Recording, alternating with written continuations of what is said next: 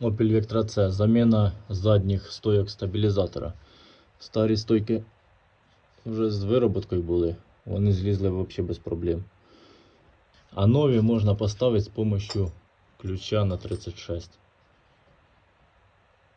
Ось такий ключ. Рожковий на 36. Заводимо його за амортизатор. Виставляємо в этом положенні. Там зверху беремося рукою, а тут якраз він чітко заходить і цепляється за ці виступи.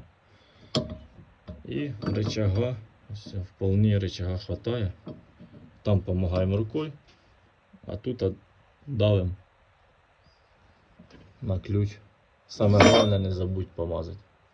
І все, потім прикручуємо тут зверху болтом. Спасибо за просмотр, підписуйтесь на канал.